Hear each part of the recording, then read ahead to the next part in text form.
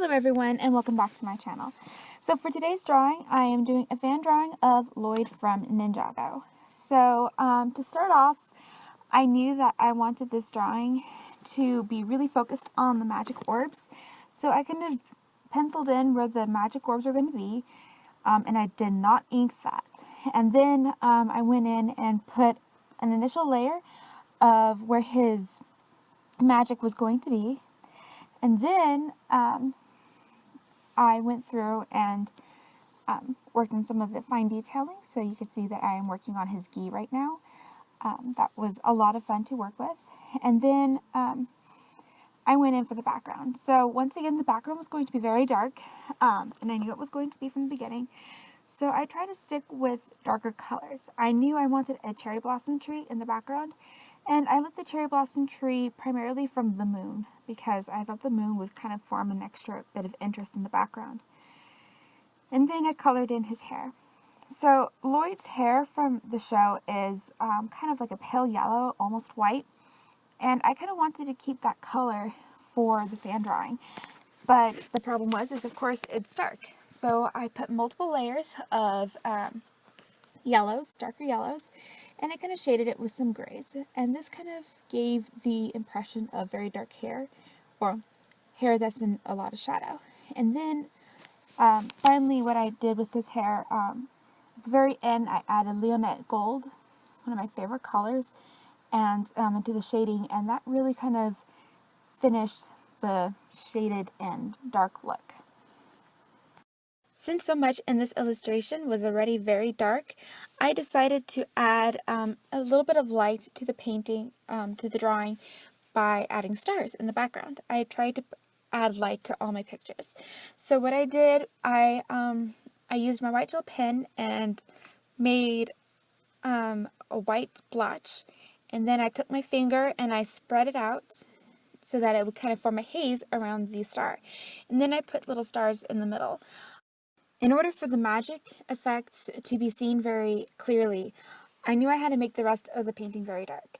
So one of the major difficulties that I had was working with the wall in the background. I knew that the wall would kind of add interest and space for him to be working at.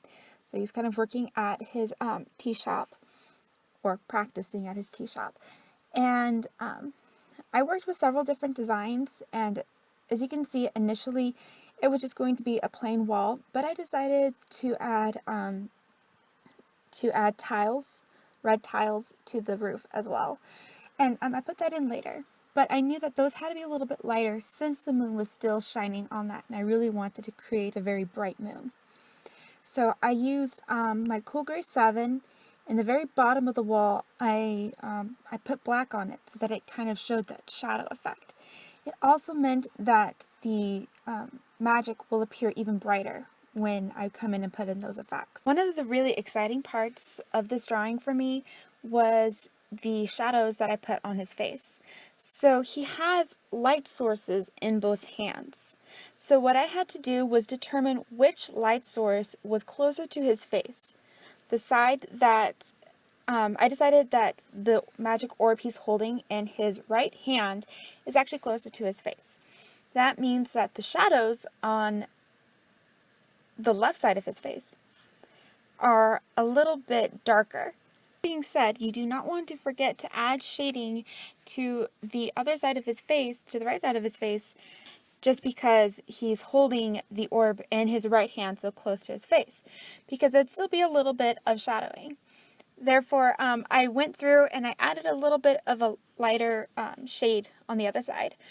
Once again, I used Leonette Gold on this. I think that that really helped to blend out the very dark colors that I added for the extreme shadowing, because I used walnut brown for the very dark shades. As you can see, I did not put any hard lines around the magic orb. I did this for a reason. This will make it so that it will look a lot more magical and a lot brighter than if I put a line around it.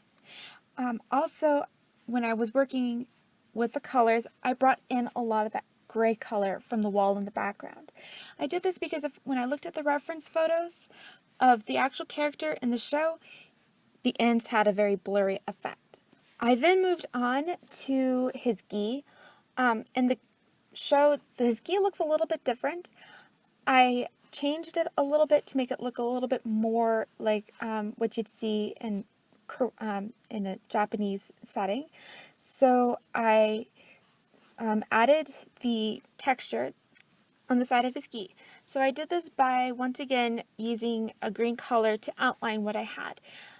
If you look in the reference photos, there is a little bit of scalloping around the edges, but I use a stippling technique in order to create the appearance of that scalloped edge. Also, since it's so dark, I made the very center of his gi a little bit darker than it is in a lot of the reference photos, and then even made his sleeves and the striping down his gi even darker so that it will really form that effect. As you may be able to tell, the amulet in the middle of his gi is not finished. That's because I'm going to do something very special with that in the end, and I needed to keep it as blank as possible. One of the biggest difficulties I had with this was working with shading. As you can tell, there's a lot of dark colors already, so in order to shade it properly, I wound up using blacks and blending them out as well as I could using my green color. Finally, to finish up this drawing, I added some pretty dark grays for the ground that he's standing on. I decided it was kind of a stone ground. Since it was finally dark enough, I could actually see what needed to be darkened and what needed to be lightened on the actual painting itself.